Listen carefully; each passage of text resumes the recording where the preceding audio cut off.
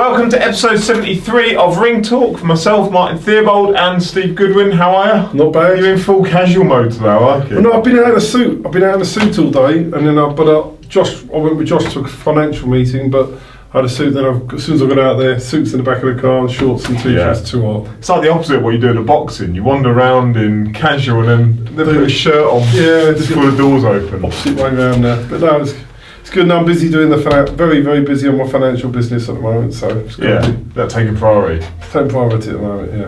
Which you've only got a couple of weeks you can do that because you're back on the 7th next Saturday. We're involved in 4 shows in 3 and a bit weeks. So, and I've got a wedding to fit in France in between it. So it's a busy September, that's for sure. Yeah. That's good. And one of your promoters got engaged, didn't she? Yes, and then unengaged. Oh, okay. Oh shit. Let's start again. No, don't start again. It's just, that's it. That we can take right. No, let's crack on anyway. Okay. So best pass up on that one. Right, can you? So next Saturday, it's looking good.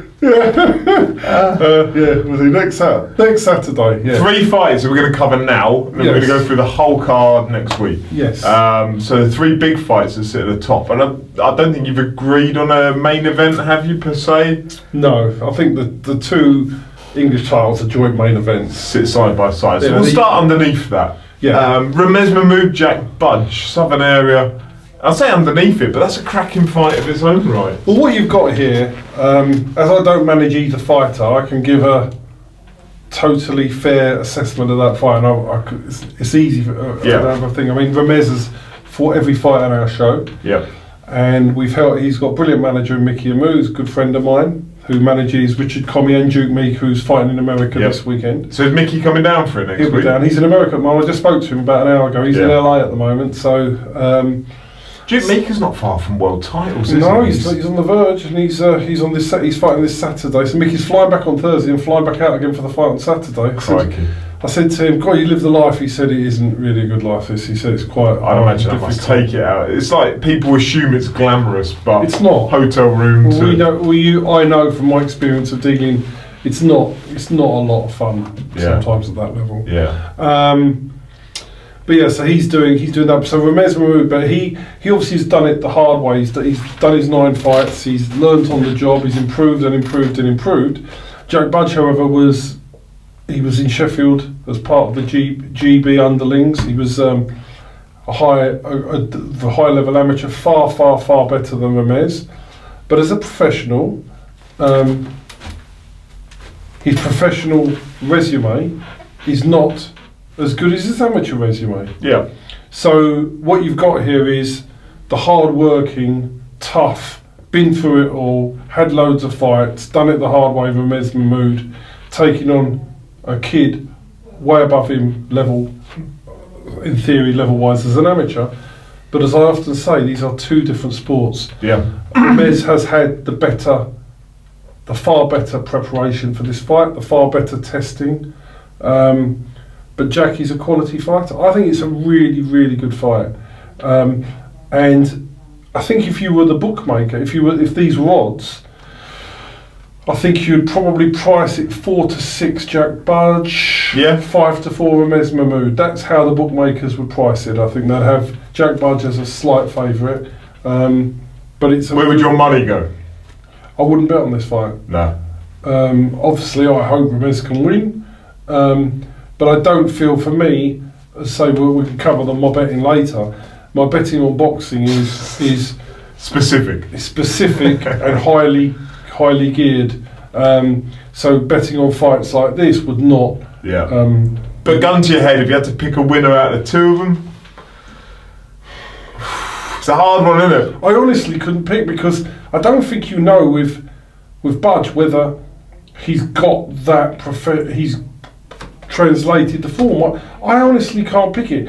I think Ramez has got the advantages at York Hall. He's fought 9 times. It's his home. He's the home fighter. He has those advantages. So if I had to have a bet, I will back the guy that's had the best professional preparation. So I would back Ramez. I think it will come down to who's better when it gets hard and dirty.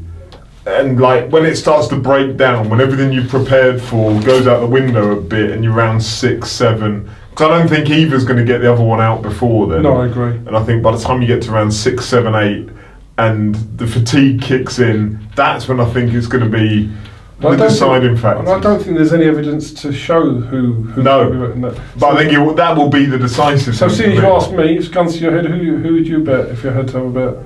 Ramez. You go. I think Ramez will be able to keep it mentally better together over a longer period of time. Not basing it, I don't know enough about Budge, I suppose, if I'm honest, but that's how I know Ramez well enough to see. I think he's got that fortitude about him. And I don't know about Budge, maybe he has, but we'll find out. Interesting fight. We'll find out. It's a great fight. It's a brilliant fight. Even if that was top of the bill, for most small halls, that'd be a great top of the bill fight. Yeah. And it's not, and it's only number 3. Yeah. So we'll move on to 2 and 1 respectively, either way round. Samo Mason defending his English super lightweight title against K Prosper. Rematch. Cracking fight first time round. It's always going to stick in my memory. K nearly going through the ropes when Sam had him pinned against him, and K was trying to kind of escape out and nearly lost his footing. And those first 4 rounds when Samo Mason had the power that I don't think carried through to 5 to 10. The sound of his punches, but K took them. But let's look at the thing that people won't consider about that fight. Samo Mason is a full-time professional boxer, sponsored. Yeah. So he was training 3 times a day for that fight with K Prosper. K was working in schools, only getting to see his trainer 2 to 3 times a week.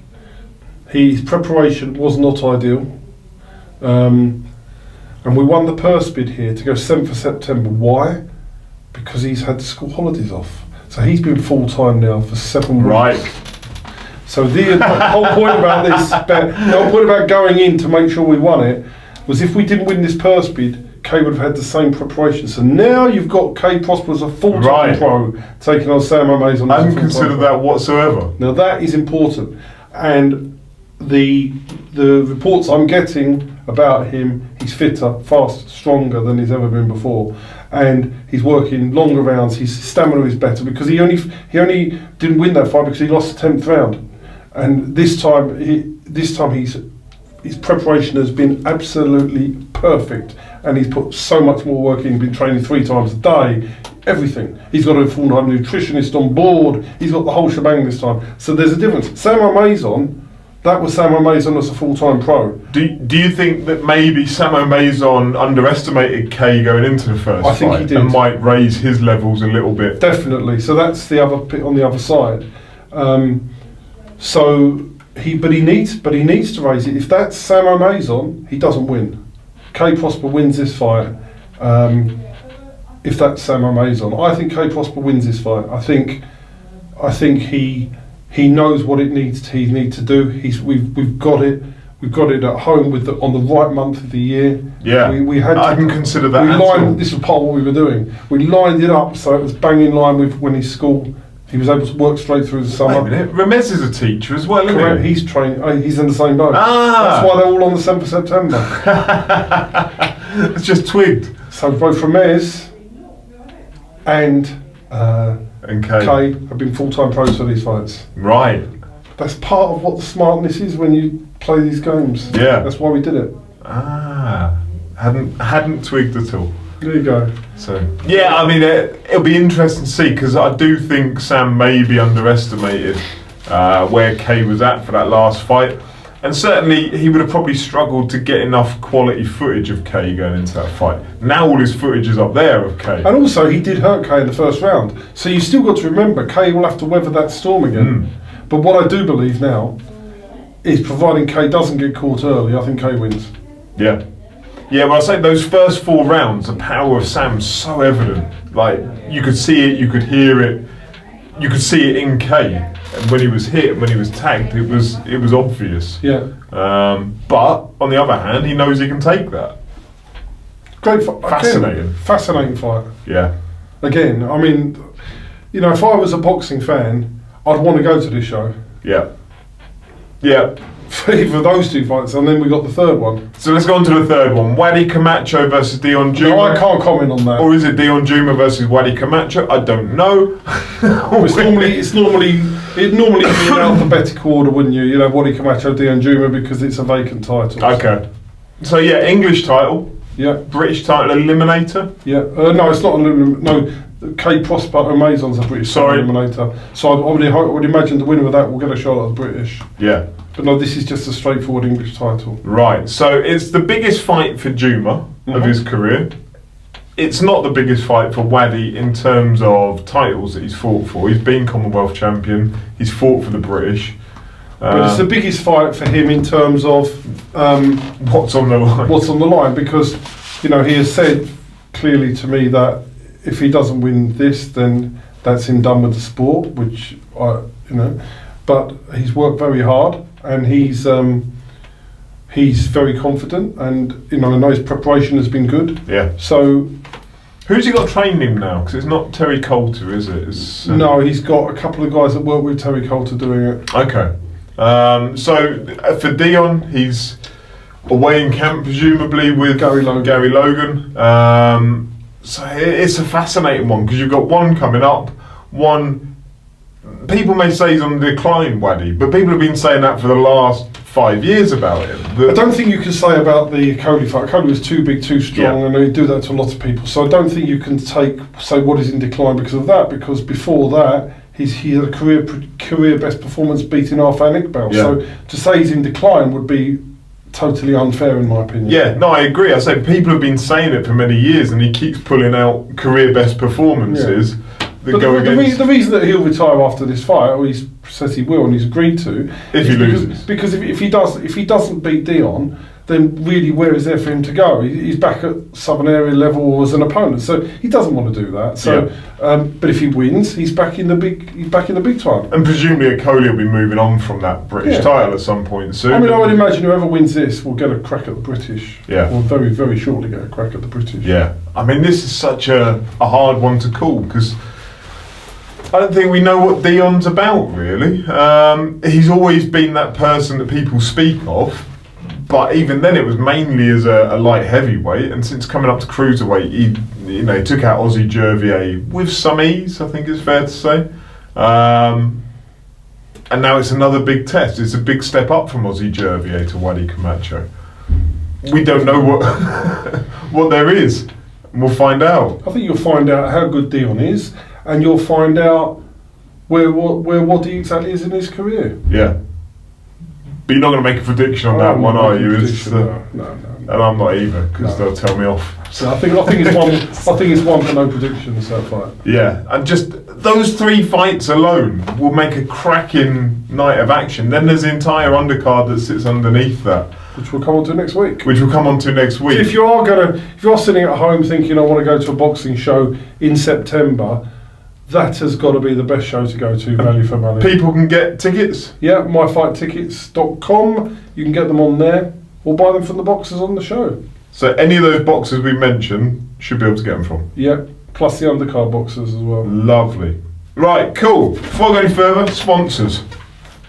Xavier Miller, trainer of K Prospere, who we just mentioned. He'd asked us to send out a message for KMT Apparel. They're sponsoring K for his title fight, paid for the nutritionist you mentioned, and are now sponsoring Youssef Kamari, which is great stuff. So yeah, well done to KMT Apparel. Youssef's got his big English title shot at the end of November. Yeah, that's it's not come from nowhere, has it? But we're sort of it's a bit left field, that one. It's a bit sort of done on the quiet before nobody. We strike when we don't tell people what we're planning. We just strike. So for Liam, who was the champion, he had the choice of defending his Southern Area or going for the English. So for both fighters, it's a great fight because it's a chance for both of them at an English title, which is a massive title to go for. Yeah.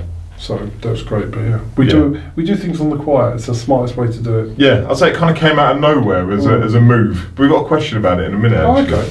But firstly, Ali, some Asian boy _ on Twitter. When do you think you'll announce Linus's opponent for September the 20th? Probably about September the 16th or 17th. Assuming it's not the English title shot as is so soon. It's not, no. Hope it's still a good level. Right, he could be boxing for the English title in October. Potentially. Potentially. So do I want him? This is, well, let me explain about Linus. So Linus had 6 fights in 2018. He had to keep in training because he was waiting for Taylor Jones, who messed him about. Yeah. So because of this, Linus was never out of camp. Then in the end, when Taylor Jones eventually aborted, which was supposed to be March, he then had to fight Darren Cardona. And he couldn't get the Southern Area shot, so he went down the English route. But then after Darren Cardona, that's now 7 fights. 7 fights in 13 months he'd done. Yeah. Right? He was knackered. He needed a break. So Linus has took the time off. But we know we've got the English title coming up. So he just needs to get back in the ring and just get rid of the rust.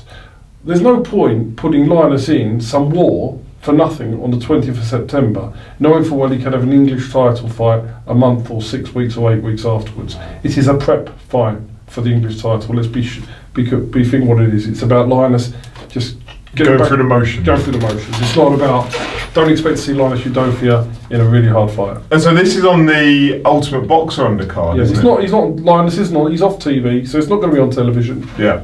So there's no purpose. There's no person we're in a war for no reason. Okay, fair enough. Alan Curtis on Twitter. Hi guys, question for Steve. Was it always the intention for Youssef Kamari to fight at super featherweight title level, considering most of his fights were around the lightweight division? No. It was, Youssef Kamari has been something, he's basically something, a work in progress. And we were always unsure where, because he's been fighting at lightweight, but that's on the day. Yeah. So we were always conscious that he could come down to super featherweight. And then the opportunity came up, which suited Liam Dillon, who's I also manage as a champion, who had a choice of defending his southern area against Danny Carr. And the problem that his trainer had with that is Danny Carr's been fighting at light welterweight. Yeah. And his trainer was not convinced that Danny Carr would make that fight. And he didn't want Liam to go into a training camp in case Danny Carr didn't make the weight. Yeah. And he said, I'm champion, we don't really want us to do that. So what happened at the same time, the English title was vacant. So I said to Steve, his trainer, well, what about if we go for the English title instead? And he said, if you can find somebody to do it. And really, Youssef really wasn't going to look for a title fight. But when an English title fight comes along, where you can earn some money out of fighting for the English title, then it just makes sense for Youssef. Because the loser of this fight, they're only 23 years of age, the loser of this fight can come again. I would not have done this fight for a Southern Area title. Yeah. No way.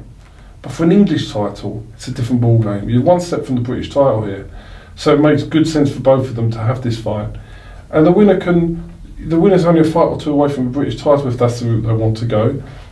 So it's really a situation where you've got to keep plans fluid, know the options you've got with your fighters, and step in when you think the time is right. And I think it's the right fight for both of them. You'll struggle to watch that, wouldn't you? Yeah. I know you think a lot of both lads. Well, I don't do it from a selfish point of view. I don't want to do that fight, but it's the right fight. It's the right fight for each of them. Do you think Youssef will benefit from going down to super feather? Because I think for all of his attributes, probably the one that has got the biggest question mark is his power. Yeah. So going down to super feather either enhances his power, as in he's a bigger lad coming down, or potentially drains some of his power because he's got to take the extra poundage. I think the fight goes to points. Right. I think the fight goes to points. Yeah. It's two very different styles as well, isn't it? Liam's very... action. What's Liam? He's come forward, square, block. High work rate. Yeah, just work your opponent. Just work them. Whereas Youssef's a lot more the beautiful side of boxing. That he'll try and... I think it'll actually be a really good fight. Yeah. And I think my gut feeling is it goes to points. Yeah. But I think they'll both learn a lot from the fight, and I don't think you can lose fighting for an English title. No. And what date's that going? 30th of November, alongside Curtis Felix for the English title on the same show. Yes. It's going to be a good show the 30th of November. Book that in your diaries already. Yeah, that's going to be some show. Book all of September out. Get on to November. November's going to be great. That's going to be a great show. 30th of November is going to be a great show. Lovely. Lee, at last dart, how much did you win? What, on Saturday? That's all he asked. Make your own. Well, you know, I'll cover this. I'll just talk about my strategy for betting. I've only had 2 boxing bets this year. That is true, isn't it? The ones I'm aware of. You know the ones I'm aware of. Yeah. So I don't bet very often. And the first one, but when I do bet, I bet. You save your efforts up. Yeah, let's say that. So my strike rate is very high, and I'm not. You know what I'm betting before, so I'm not. I don't tell you afterwards. I'll tell you before. Yeah. I normally get a text when it's when there's an anomaly somewhere, because boxing's a hard sport to price up, isn't it? And when I think it's wrong, I'll text you and go, they've got this totally wrong. And the first one I had was Jack Cullen to beat John Harding Jr. It was ridiculous. It was Jack Cullen was 1-3. Should have been 1-33. With all due respect to John Harding, he'd never been anywhere near the level of class. He'd beaten Gabor Balog 39-38 and been dropped on the way. And we'd been looking at Cullen for Linus Udofia, and it was so far wrong. It was just crazy. So that was Cullen. And Harding gave a good account of himself, but it was always the outcome. He's a tough man, but the outcome was always going to be that outcome. There was never a doubt. It was just stupid. It was just easy money. And John Harding Jr., put up a great fight, but I'm not really, when I'm putting money down on boxing, it's not who's going to put up a good fight, it's what the result's going to be. Yeah. And the second one, which wasn't as conclusive, but it still was the right result, was I backed Kovalev to beat Yard at 4-7. Similarly, on the same sort of reason as Harding, that you can't make those jumps in levels. And what happens is the hype machine gets going, as it did with Brook against Golovkin. Time. The hype machine gets going and starts to persuade the public. So with John Harding had a realistic chance, and people bought into this and backed him. And he didn't have a realistic chance. He was so overmatched. Now Yard, yes, we had the 8th round, right? But let's look at the fight quite clearly. Now I like Anthony Yard as a human being. I think he's a really nice guy. I've had a couple of bits of fun with him in the past. I really like Anthony. And Tundi I've had coffee with. Get on with Tundi, it's fine. So I get on with them, it's not a problem. But purely from a point of view, Kovalev is not the fighter he was, but you don't make those levels. Those levels don't come. So what you've got there, and what I would say about the fight, and I believe this, if Anthony Yard had 2 meaningful fights, like Hosea Burton and there's somebody else en route, which they did avoid doing, right? I think he could have beaten Kovalev. Agree. But they chose to avoid Hosea Burton. They chose to make the decisions to avoid the competitive fights. And take the Darius Sex of this world. Yeah, they chose that. That was a decision they made. So it wasn't that they couldn't do it, they chose not to do it. And then when they've come up to fight Kovalev, he was lucky. He lost the first 6 rounds. But the thing was, whilst he lost the first 6 rounds, he didn't lose them by much. Yeah. He lost them by that. Yeah, it was like 10-9.5 rounds. Yeah, because he's a really quality fighter, Anthony. But he lost them by minuscule amounts, but he kept losing them. And the reason he lost them was Kovalev knew how to win rounds, Anthony Yard didn't know how to win rounds. Then Yard possibly won the 7th, and the 8th he went shit and nearly got Kovalev out there. If there was another 30 seconds of that round. But there wasn't 30 seconds, and if you look at it also, he was tiring at the end of. Kovalev knew how to survive, and Yard blew a gasket because he didn't keep enough back, and then Kovalev then took him apart and stopped him in the 11th. I'm not going to say how much I won, but I didn't have as much on Kovalev as I had on Cullen. Cullen was absolute stone bonking certainty. Yeah. This wasn't a stone bonking certainty. It was that the odds of 4-7 were wrong. But too attractive. Too attractive. If it'd been 1-4, 1-5, I wouldn't have bothered. Yeah. But at 4-7, it was the wrong odds again. But I've got to say, I think Anthony Yard will become a world champion. I think he's supremely talented. There are adjustments that need to be made. Correct. With Yard. There are adjustments. The Definitely. jab, or lack thereof. But he could. But he needs. But he will be a world champion providing those adjustments. Yeah, the corner work. I'm not going to sit here and slate Tunde, but when you see Buddy McGirt talk to Kovalev saying one more round like that, I'll pull you out of here, it's over. Yeah. And then he comes out and goes back to what he was doing before. Yeah, because that was just a shock treatment for him. Yeah, and that woke him up. It clearly woke him up, and it got him going again. Whether or not Buddy would have pulled him out or not, don't know. He's had his own personal tragedies, but you didn't see that same motivation, that same spark to life coming out of the other side. I'll tell you something else about that though, and I feel a bit sorry for Anthony Yard for this. When you make silly claims such as he's better than Andre Ward, and you say all these things, then the public build him up to expect something that he's not really capable of achieving. Anthony Yard was fantastic, but the comments he's better than Andre Ward are not needed. I know you boost up for, but they're not needed, because then you get the attacks on Tunde afterwards. And I know Tunde's been up for, but it got out, in my opinion, it got a bit out of control, some of the claims, and then you get this backlash. Then there's no point complaining about the backlash if you're going to make claims like that. I think that would be fair.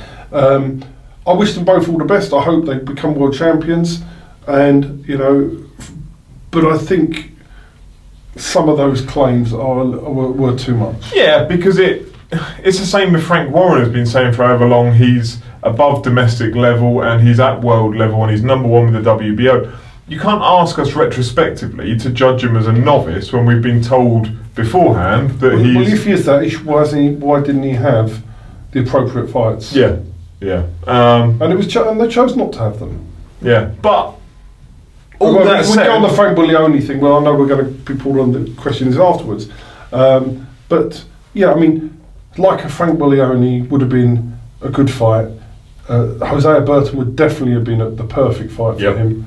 It's Hosea Burton fight that I think he should have, because that was missing. Yeah. But all that said, Anthony did fantastic on the night. And I should be proud of himself, and I think as a British fight fan, part of the fact I had money on Kovalev to win, but I like Anthony, and I think he should be proud of himself, and I think he can become a world champion, and I really hope he does. If you strip back all the bollocks that came along with it and take it at face value, what he did is amazing. Yeah. 10 amateur fights, not a really serious professional fight, and he's done that. Yeah. I think it's amazing. Right, Azza at UK Boxing 1-1. Cullen Udofia ordered by the board. Will it happen? Well, from our point of view, yes. We've got purse bids due in September. We will be putting a bid in if we don't get a deal sorted out prior to that. What's the minimum amount of time you've got to give? So, if you want a purse bid tomorrow, what's the earliest you could run that fight? It's normally realistically 30 days from the time of the purse bid. Normally, you can go earlier, but it's not realistic. Yeah. But normally people don't do that because they know fighters aren't prepared, so they would normally give a couple of months. But would you ever do it if you know the other fighter's not prepared? Yeah, but then what they're going to do is pull out of an injury, aren't they? Okay. If you put a fight on in 4 weeks, he'll pull out of a hand injury. Okay. Got you. At Paul Altai on Twitter, do you think UCAD should be a state-funded thing? It is, isn't it? It's not privately funded. No, it's not funded by. It's funded by a grant, isn't it? From they get a pot of money, don't they, given to them? Yeah, but it's state-funded, isn't it? You'd know more than I don't know. I thought it was. Anyway, it's not. Let's go on. If it's not funded enough. Yeah, exactly. I think that's the problem. Would it deter people who have more money than them to piss them around after failing to try and scare them? Right. So I think they're going on to UCAD. Let's look at it. Why do you pay them 50 grand, right? You pay them 50 grand to do drug testing. So they're employed by you to test the people that you're testing. UCAD is a totally independent body, not funded by the people that you're testing, and they're literally going in to try and test. The problem seems to be, from what I read, is that all that happens is people get lawyered up and throw so much money at UCAD that they can't. And I know there are people out there in boxing, promoters and that, will do that. They'll lawyer up and throw so much money that the other people have to concede. And that seems to be the strategy to beat UCAD. You don't beat them, but you throw enough legal stuff at them. You call it a draw. Yeah, and I believe that UCAD should have enough funding where somebody lawyers up that they go and get them, and then when they win, they go and sue them. Because I believe that if you go for something and you lose against UK, then UK should have the rights to go and claim the legal bills from you, and they should have enough money to do it, because it will stop the lawyering up. What I find really sad about it is that, from what I've looked into, boxing is the only sport where you can get legally challenged. It doesn't seem to happen in other sports where you do get drug test failures. It only seems to happen via. But look at the amount of money involved in the fighters that are legally challenging. No, I know. And they've got so much money. There's so much money at stake, bigger than any other sport. Probably bigger than any other sport. At the top end, because if you get a footballer that gets done, he's only part of a club. So unless it's a one-on-one sport, unless it was a tennis player. But then the top tennis players don't tend to find they're on drugs, do you? Don't find. No. Sorry, don't find. I'm not saying they're not. But yeah, your thing with boxing is it's the amount of people caught is they're far too many. And I just think UK should have a financial position where, however it's funded enough to stop people lawyering up. Yeah, so they could have an emergency loan system whereby. And then if they knew that they would be able to go and claim that money from the boxer, or the boxer who takes lawyers up has to put their money. If you're going against UK, you have to deposit your costs in escrow. So when you lose, they can grab it. It might stop it. That's what needs to stop. Now, I don't know whether the people that are contesting against UK are guilty, innocent. I don't know. But I don't believe that it should be how much money have you got that determines the outcome. Agreed. Right, here's one for you. Was Anthony Yard, it's from Highfield Boxing on Twitter. Was Anthony Yard telling the truth about the conversation with Steve Goodwin? If so, how often does that actually happen in boxing? So let's put some context around it. Anthony Yard did a IFL interview where he said he had a conversation with yourself regarding the possibility of a Frank Buglioni fight, and you laughed and said that fight's not happening. So, and what's the second part? I didn't understand the second part. If so, how often does that actually happen in boxing? Doesn't make any sense to me. I don't understand that. But was Yard telling the truth about the conversation? Right, yes, sort of, yes. He was telling the truth, totally, missing out a little bit. So, what happened was, let's just go back to the history of this, because it really doesn't matter now whether Anthony Yard would beat Frank Buglioni would beat Anthony Yard. That's no. One's retired, one's on the way out. It really doesn't matter. And Anthony Yard's, I say, I wish him the best to become world champion. So, Frank Buglioni won the British title against Hosea Burton, and he was not promotionally signed to anybody. Yeah. So he went and met Frank Warren and Eddie Hearn, and I was at both meetings. And Frank expressed in both meetings, and this is Frank's decision, he wanted to try to win the Lonsdale belt outright. And both Eddie and Frank said, well, you don't need to do that, we can move you on to other fights. But he said, no, categorically, this is what I want to do. I want to try and win it outright. And if I do, that's what I want to do. And if I don't, I'm not good enough. That's how it is. And I will fight whoever it is that is put in front of me to win the Lonsdale belt outright. And I think maybe to add a little bit more context around that, Frank Buglioni isn't someone who has to box for the money. Correct. Frank Buglioni is someone who, I'm not saying he's got billions of pounds outside of boxing, but he's not in a position where boxing determines his retirement. Correct. So it's about, this is what he wanted. So everybody involved, both sets of promoters knew that was the route he was going. Full stop, end of story. And when we signed, whoever we signed with in the end, that was going to be the plan. And that was what they were going to agree to do. And if you remember, he also turned down a fight with Andre Ward and Kovalev en route, right? Because it would have meant him having to have swerved. And he was sensible enough at the time. I think he said, I know I can't beat either of them. And I'm going to lose. Where they're at, I'm not going to be able to compete. So what then happened was, he's started off with a defence of the British title against Ricky Summers. And the board then ordered a final eliminator for Anthony Yard against Hosea Burton. So Frank said, that's fine. He said, so they can get their fight now. Whoever, if Anthony beats Hosea, I will fight him. It's no problem. He'll be my mandatory en route to my. So there was no issue of not wanting to do the fight. Anthony then withdrew from fighting Hosea Burton, saying they were levels above fighting for domestic fighters. Remember this? which I think he should have took the fight. But that's my personal opinion. It would have helped him for this fight. He withdrew from that fight. We subsequently did get an offer for Anthony Yarde to fight Frank Buglioni for the WBO European title, which is a title fight, a title that Frank has already won. Now Frank's going down the British title route, that's what he wants to do, and everybody knew it, so everybody would know making an offer that there's not hope in hell he's going to do that. Because to fight Yarde for that title, he had to drop the British title. He would have dropped the British title because he wanted to go through that. He would have had to, because if he loses to Yarde, he gets stripped of the British title. Because if you get beaten, that's the way the board would work. They will strip. So even if it wasn't for the British title, get stripped. So in other words, he wins the WBO European means nothing. He loses, he gets stripped. It's not a fight towards a Lonsdale belt outright. So there was no reason, there was no point for the fight. And I was with Anthony in London, and he was with Tunde, and he goes, I said, it's never going to happen. He's fighting for the British title, and I told him who he was going to fight. I said he's going to fight him, and then him, and then him to try and win the Lonsdale belt. I said, so no matter what goes on and you keep chatting, the fight's never going to happen because you've took yourself out of it by not fighting Alberto. And I think he said on the end of that interview, by his own admission, at that point I just thought I'll move on from Frank Buglioni. Yeah, he did, because it was no agreed conversation. It was just purely, look, this is what you decided to do. I wish you the best, but because you moved out of that position, it's never going to happen.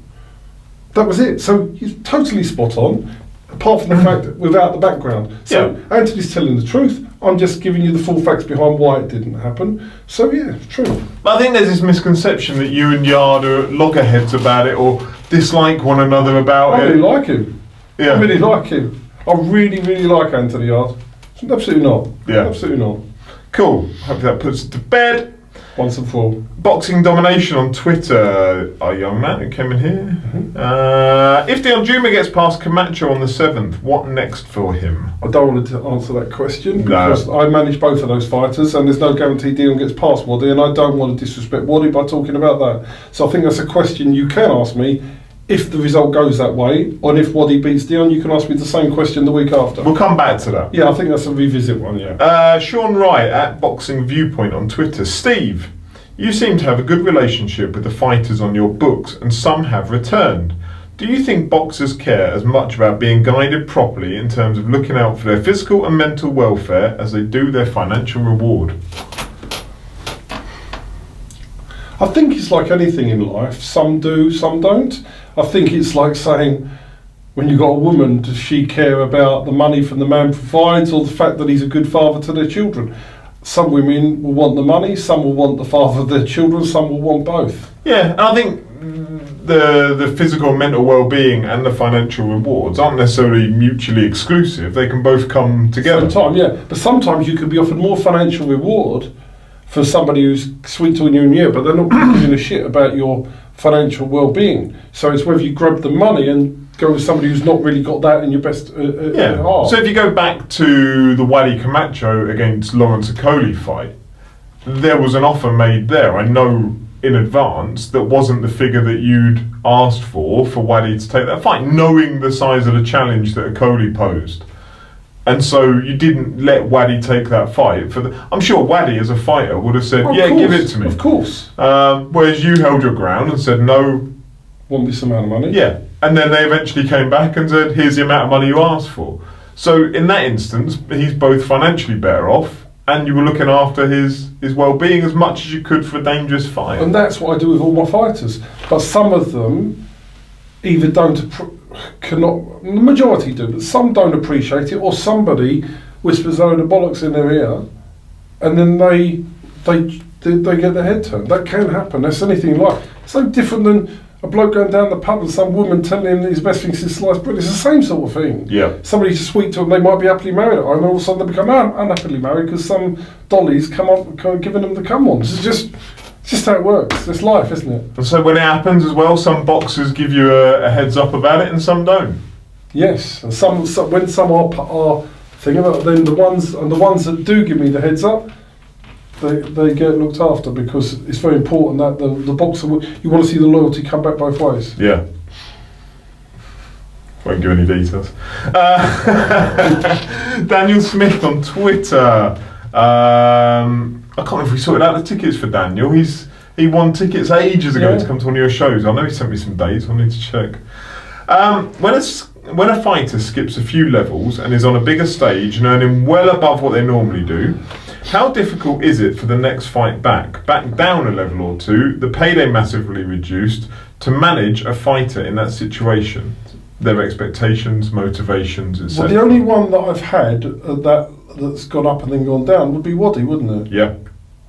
Because Wadi took a big payday, and he wouldn't be getting anywhere near that for the fight against Deion Jumah.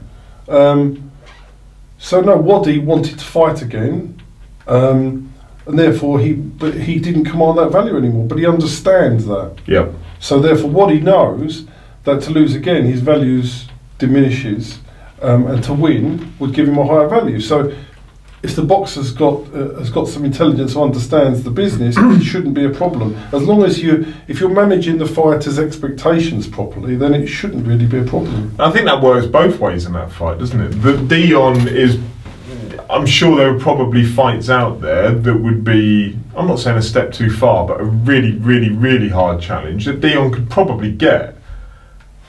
But for the right money, maybe not. He can't. Nobody. They're trying to avoid him like the plague. Will they? Oh my God! It's like avoiding him like the plague. It's like he doesn't exist. Yeah. Okay. Mickey had the same problem with Richard Comey when he was going through his career. They were just ignoring the fact he existed, as they are trying. And no, they try to do it with Deion Jumah. They talk about these cruiserweights as if he doesn't exist. Yeah. But the thing is, if he beats Wadi, then he puts himself in that position. But no, he's not. There has not been one offer of a fight for Deion Jumah. Not one. Yeah. Not one. Richard Comey to Teofimo Lopez apparently happening in December. You're at Madison Square Garden. Yeah, I know you've given your views on that before as a fight, but are you planning on going? 14th of December's a bit of a problem because I'm going away on a cruise for 3 days the week before, so I will probably not. Difficult one to get to. I'm going to be pushed to do that on that date, yeah. Lee, I might. I'm not ruling out. Can you cruise to America? Lee at Last Start on Twitter. Does it pay to have 3 shows in a row like you've got in September, or is it that there are so many shows on now you have to grab the dates when they come up? No, it's 3 shows, different promoter shows, but the bottom line is, it's how, when we're involved in shows with our fighters, it's better to do them in blocks, because you say to the fighters, if you're going to fight 4 times a year, do March, do June, July, do September, do November, December. So there's no point having shows. If you put a show on in October, the fighter's only going to get 1 fight in between September and December. By doing the shows in blocks, it gives them the opportunity to fight twice. Okay. That's why. That makes sense. Again, if you go in the middle, you're just knocking the option of a fight. The fighter can do 4 shows. If you, for example, have a fighter fighting in April, end of April, he's going to struggle to get another one in before the summer. Yeah. And then if he then went and fought in October, or sort of late September, early October, you then might struggle to get the 2 in if you're selling tickets. So you try and strategically arrange the fight so that the boxers can have the opportunity to get the maximum amount of fights in. Makes sense. And we book the shows for everybody else, so we get those dates. Yeah, because you're booked up to like 2023. Is that are you fully? Is that all the dates that you'll run, unless there's any exceptional circumstances? Right, final question from Boxing Domination again on Twitter. Hopefully we can answer this one. Hopefully, maybe not. A question for Steve: which boxer has been the hardest to work with? I'm guessing it's Chisora, as Frank Warren has said that. Would anyone trump Chisora? Never. It'd be impossible to trump Chisora. Impossible. On a scale of 1 to 100. I think it's worth recounting the story of Manchester when you'd gone elsewhere. Yeah, well, you talk about the one where he said it. When you were out with Trish. Yeah. So basically, this is probably one of my favourite stories. There's loads of Chisora, but this. So I'm working really hard on my financial business and everything, and I don't think I'd been at home for 4 weeks, weekends and everything else. And I said to my wife, I said, look, I've got to go to Manchester on the Friday, and on the Thursday, it's the day I'm going to take the day off, and I'll even go shopping. This is just before Chisora White won. Yeah, so I'm going to take Thursday off, and we will go where you like. Then I'm going to Manchester on Friday. I'll be back from Manchester on Sunday. I know I've got to go work Monday, but it's the one day over this 5-week period that I will spend with you. Totally, utterly gives to you. So at the time she was pissed off anyway because I was never at home and stuff like that. So I totally get it. So I'm sitting in the office upstairs here. Wednesday, all of a sudden, I'm watching the press thing, the table goes boom, and I'm thinking, oh fuck. And then I get an email from the board saying emergency meeting summoned. What time did you get that? It was the afternoon. So like within a couple of hours of a table getting. You're required in Manchester at 11:15 Thursday morning for a hearing with Mr. Chisora and the promoter Eddie Hearn. Are you allowed to not attend that? Is there any circumstances by which you can say, sorry lads? You can't, can you? The manager, that's what you have to sign up for, so you've got to go. Don't quite sign up for that circumstance. No. But. So off I go to Manchester. So this is on the Thursday when you're meant to be with your wife, who's tolerated. So we've gone up now for the hearing. We've gone into a room, and they've now decided to. So there's in the room, from what I remember, there was Clifton Mitchell was the security man. There was Eddie. There was me. There was Don Charles and Derek Chisora. So there's this all the board members sitting at the end, and they're laying it onto him. And as they're laying it onto him about his behaviour, you can see him getting more and more antagonised. He's getting really angry. You can see him getting really angry. And he said something to them like, "Stop this, I'm getting angry." Right?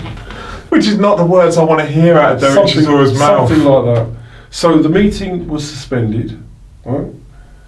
And we left the meeting just for it to calm down because they were laying into him and he wasn't liking it very much. So we went outside and we sat down in the cafe at the end of the corridor. And he sat across and I said to him, "I cannot believe I'm here." I said, "The one day that I was going to spend with my wife and you have to flip a table and cause merry hell."